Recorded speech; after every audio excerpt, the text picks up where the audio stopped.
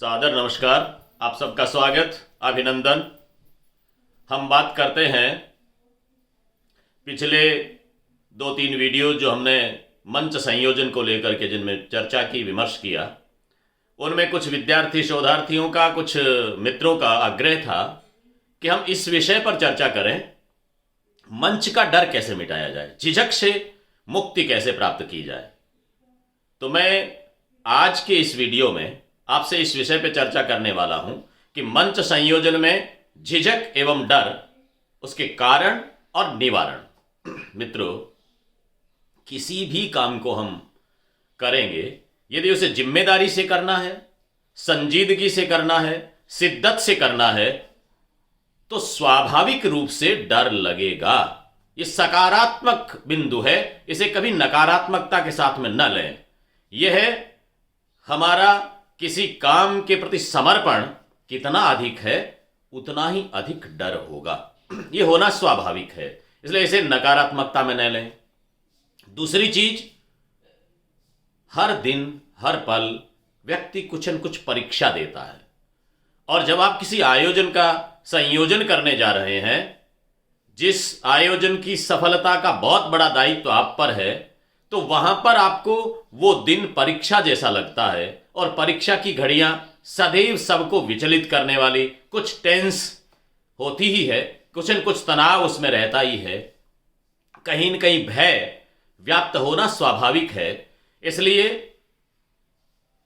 आपको कहीं पर भी विचलित होने की आवश्यकता नहीं है, उससे हार मानने की आवश्यकता नहीं है, नैराश्य में जाने की आवश्यकता नहीं है, वरन आवश्यकता इस बात की है कि हम उस भय से मुक्ति पाने के लिए कौन से उपाय खोजें। निवेदन यह करना चाहूंगा कि जब भी हम कोई काम करते हैं, हमारा आत्मविश्वास सुदृढ़ तब बनता है जब हमारी पूर्व तैयारी अच्छी हो। राखी या जतन इज्जत रहे, गाफल हो या ठगी जाए, एक कहावत है। जो यत्न रखता है वह अपनी आबरू को, इज्जत को, अपने सम्मान को बरकरार रख लेता है, और जो गफलत में रहता है वो ठग विद्या का शिकार हो जाता है, और उसे फिर निराशा में जाना पड़ता है, उसके सामने असफलताएं आती हैं। इसलिए झिझक को दूर करने के लिए हम कुछ बिंदुओं पर बिंदुवार चर्चा करें। पहला विषय तो यह है, झिझक का सबसे बड़ा कारण आप अपने आप को कमतर आंकते हैं। ये बंद करिए। यदि आपने खुद को कमतर आंकना शुरू कर दिया, तो स्वामी विवेकानंद के शब्दों में तो आप घनघोर पाप कर रहे हैं। वो कहते हैं, आप किसी आत्मा को कमतर कैसे आंक सकते हैं? अपने आप को कमतर और कमजोर आंकना भयंकर पाप करने जैसा काम है। इसलिए आप आज से अपने आप को कमतर आंकना बंद करें, अपनी खूबियों का स्मरण करें। मेरे भीतर कुछ गुण हैं, वो अच्छाइयां हैं। और एक संयोजक के लिए तो इससे बड़ी क्या बात हो सकती है। यदि आपको किसी कार्यक्रम के संयोजन का दायित्व मिला है, प्राप्त हुआ ये काम आपको, तो आप मानिए कि बहुत से लोगों से तो आप अलग हैं, उनसे बहुत आगे हैं, तभी तो आपको ये काम मिला है, तभी तो आप इधर इस काम के लिए आगे बढ़े हैं। इसलिए आप ये मान के चलें कि आपके पास में 50% तो पहले से दूसरों से अलग कुछ करने का हुनर आप में है, वो सामर्थ्य आप में है, तभी तो आप यहां पर हैं। इसलिए अपने आप को कमतर आंकना बंद करें। काम सारे ही बड़े होते हैं, कोई छोटा नहीं होता है। इसलिए जब आपने संकल्प कर लिया है, किसी शायर की पंक्तियां हैं कि हौसला कर ही लिया है ऊंची उड़ान का, तो फिर कद देखना फिजूल है आसमान का। जब आपने हौसला बना लिया कि आपको उड़ान ऊंची भरनी है, तो फिर आसमान का कद क्या देखना है? जो होगा देखा जाएगा। मेरी तैयारी पूर्ण होनी चाहिए, अपनी तैयारी में कमजोरी नहीं होनी चाहिए, फिर मैं उस रास्ते पर बढ़ूंगा तो मंजिल तक जाऊंगा। हौसला आपके पास में होना चाहिए। दूसरा, इस भय से मुक्ति पाने का अगला तरीका है, यानी आपने अपने अच्छाई को, अपनी खूबी को याद किया है। आप काव्य पंक्तियां अच्छी बोलते हैं, उस पर आप हाथ आजमाइए। आप टीका टिप्पणियां अच्छी कर सकते हैं, उसकी तरफ देखिए। आपकी भाषागत कौशल आपके पास में है, उस पर आप जाइए। लोक साहित्य आपका अच्छा है, वहां के उदाहरण लाइए। आप जिस विषय में पारंगत हैं, आपको लगता है कि ये चीज मेरे पास औरों से कुछ विशेष है, उसका स्मरण करिए, उसको प्रयोग में लीजिए अपने संयोजन के दौरान, लेकिन ज्ञान झाड़ने के लिए नहीं। कार्यक्रम को सफल बनाने के लिए संयोजक को चाहिए कि वो अपने आप को ज्ञानी, विद्वान, सबसे बड़ा साबित करने का कभी प्रयास ना करे, तभी वो सफल हो सकता है। उसका काम है आयोजन को साफल्य मंडित करना।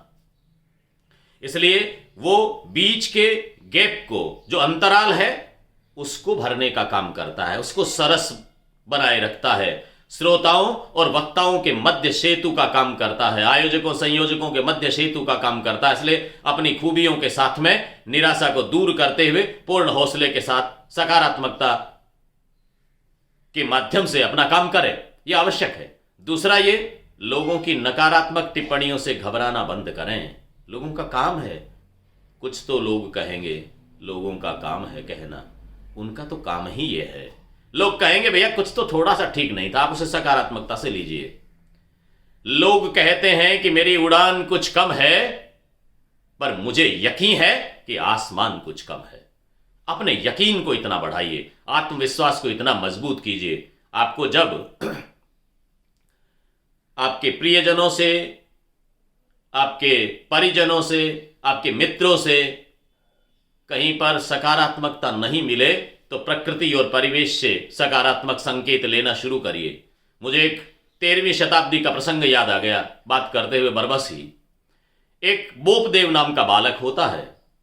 13वीं शताब्दी में संस्कृत सीखने के लिए वो बालक संस्कृत विद्यालय में प्रवेश लेता है।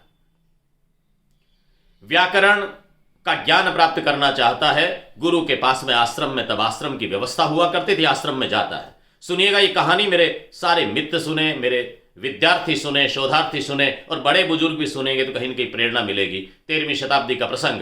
बोपदेव नाम का बालक है, विद्यालय में प्रवेश लेता है, लेकिन संस्कृत व्याकरण सीखना शुरू करता है। व्याकरण की एक एक चीज उसके बिल्कुल ऊपर से गुजरती है। गुरुजी खूब मेहनत करते हैं, उसे पढ़ाते हैं, कोशिश करते हैं कि मेरे विद्यालय का, मेरे आश्रम का एक एक विद्यार्थी विद्वान बने, संस्कृत व्याकरण का पंडित बने। लेकिन महीने, 2 महीने, 3 महीने, जब जब बोपदेव कक्षा में कुछ बोलता है तो उल्टा पुल्टा ही बोलता है, उसके कुछ समझ में नहीं आता। मंद बुद्धि बालक के रूप में वो विद्यालय में जाना जाने लगा। लोग उसे बोपदेव की बजाय बरद देव कहना शुरू कर। बरद माने हम राजस्थानी में बड़द कहते हैं, बड़द को बरद, तो बैल मूर्ख होता है।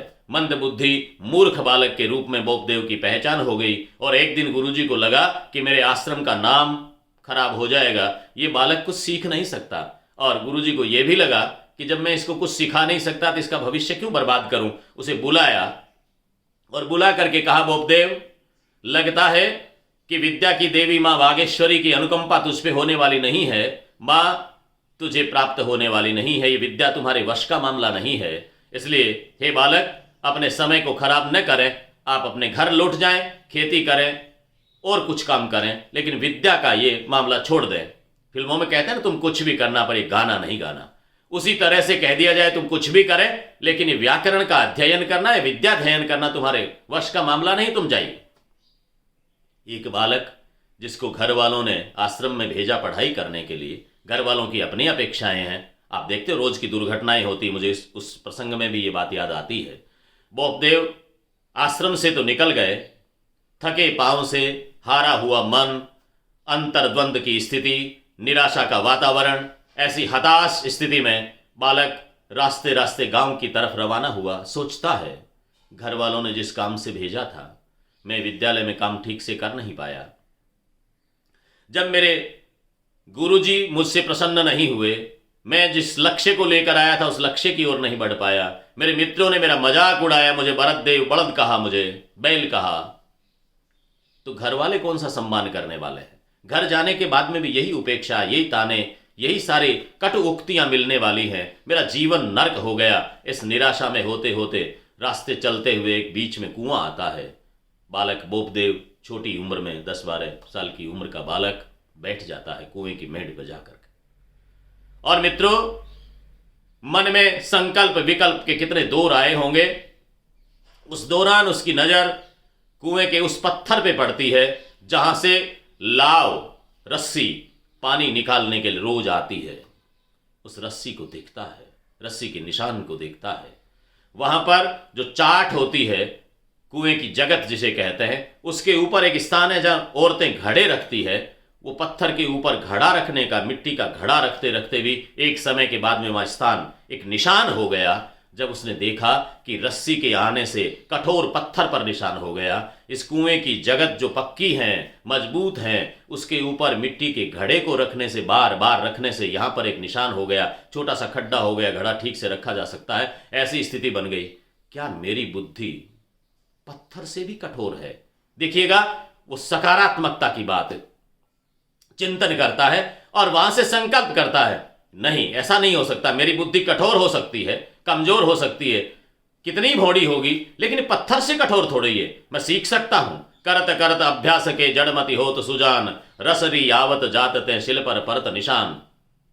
ये बात बालक बोपदेव चिंतन करता है मन में और पुनः विचार करके अपने निर्णय को बदलता है और वहां से घर जाने की बजाय फिर से विद्यालय की ओर आता है और आकर के गुरुजी से कहता है, गुरुजी मैं आपकी बात को तो नहीं समझ पाया था, लेकिन मां प्रकृति ने मुझे आज सिखा दिया, मैं कुएं से शिक्षा लेकर के आया हूं। आज से मैं इस तरह से अभ्यास करूंगा कि आपके सारे शंकाओं को दूर कर दूंगा, शंकाओं का शमन करके मानूंगा और आज से मैं व्याकरण का अध्ययन अपने मन से करूंगा। मुझे लगता है कि मैं सफल होऊंगा।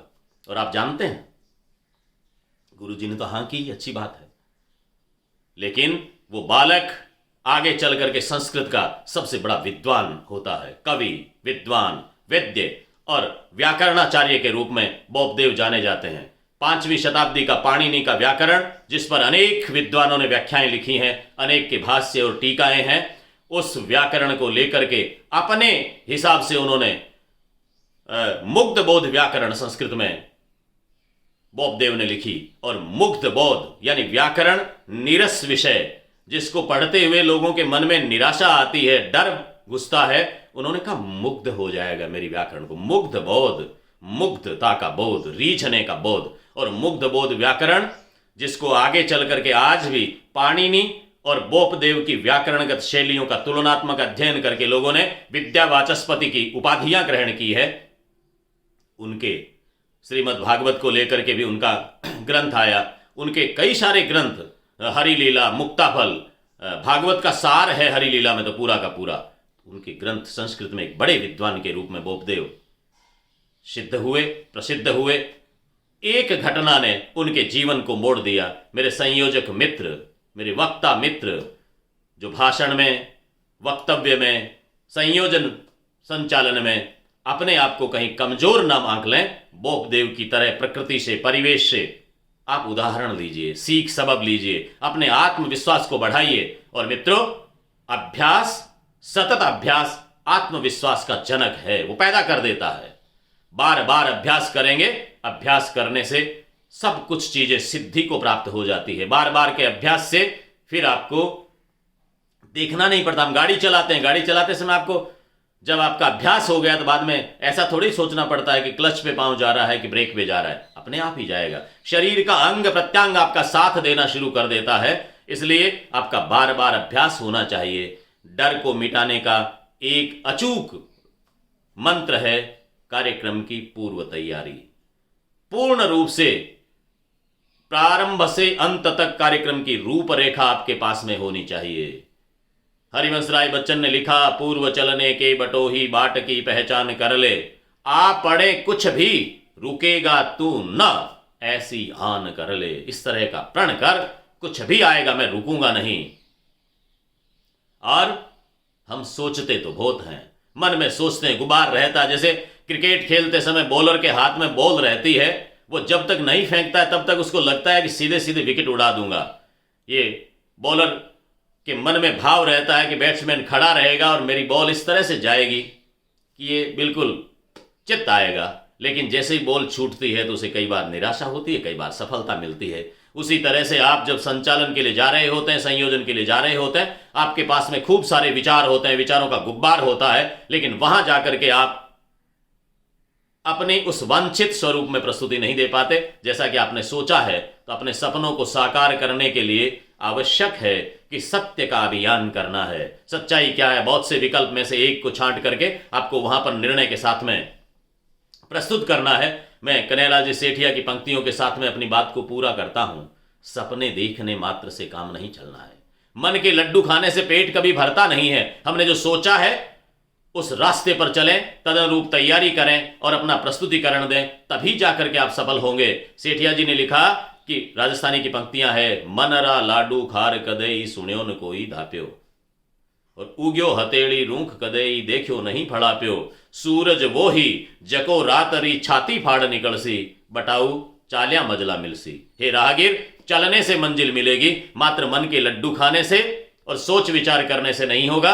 तो मेरे संयोजक मित्र, मेरे विद्यार्थी शोधार्थी, आज से संकल्प करें कि पूर्व तैयारी के साथ में जाएंगे, आत्मविश्वास के साथ में जाएंगे, दूसरों की नकारात्मक टिप्पणियों से कभी भी भयभीत नहीं होंगे, लेकिन चुनौती के रूप में उनको स्वीकार करेंगे। अगली बार और अच्छा करने का प्रयास करेंगे। हर बार हमारा अच्छा हो, हर दिन नया होता है, हर दिन की तैयारी नई होनी चाहिए, हर दिन कुछ न कुछ नया लेकर के जाना चाहिए। वक्ता यदि बातों को रिपीट कर देता है तो भी कोई बात नहीं है, लेकिन संयोजक यदि चीजों को रिपीट करता है तो लोगों को अखरता है। वही वो बातें, वही वो पंक्तियां, वैसा ही वैसा सारा कुछ बार बार नहीं होना चाहिए, अन्यथा लोग आपकी बात को पहले से कह देंगे अब ये बोलने वाला है। और जब किसी संयोजक के अगले कमेंट के बारे में सामने बैठी जनता पहले से पूर्व घोषणा कर दे, तो फिर आप मानिए कि आपका संयोजन कोई ठीक नहीं है, आप संयोजक के रूप में सफल नहीं हो पा रहे हैं। पता ही नहीं लगना चाहिए, ऐसा रहना चाहिए, ऐसा कौतूहल बना रहना चाहिए कि अब की बार क्या आने वाला है, संयोजक के मुंह से क्या निकलने वाला है, इस विषय में इस वक्ता को बुलाने के लिए, इस वक्ता को विदा करने के लिए क्या बोलने वाला है। ये सुनने का भाव, उनमें ऐसा उत्साह का भाव, ऐसे उल्लास का भाव रहना चाहिए, ऐसा कौतूहल का भाव रहना चाहिए, तब आप सफल हो पाते हैं। ऐसा बार बार अभ्यास से हो जाएगा, आपकी तैयारी से हो जाएगा। पुनः हम अगले वीडियो में पूर्व तैयारी के बिंदुओं पर चर्चा करेंगे, कौन कौन सी तैयारी आपको करनी है, कैसे करनी है। संयोजन को लेकर के एक एक विषय पर हम चर्चा करेंगे। आज के लिए इतना ही। पुनः धन्यवाद। जय हिंद, जय भारत। फिर मिलेंगे। धन्यवाद।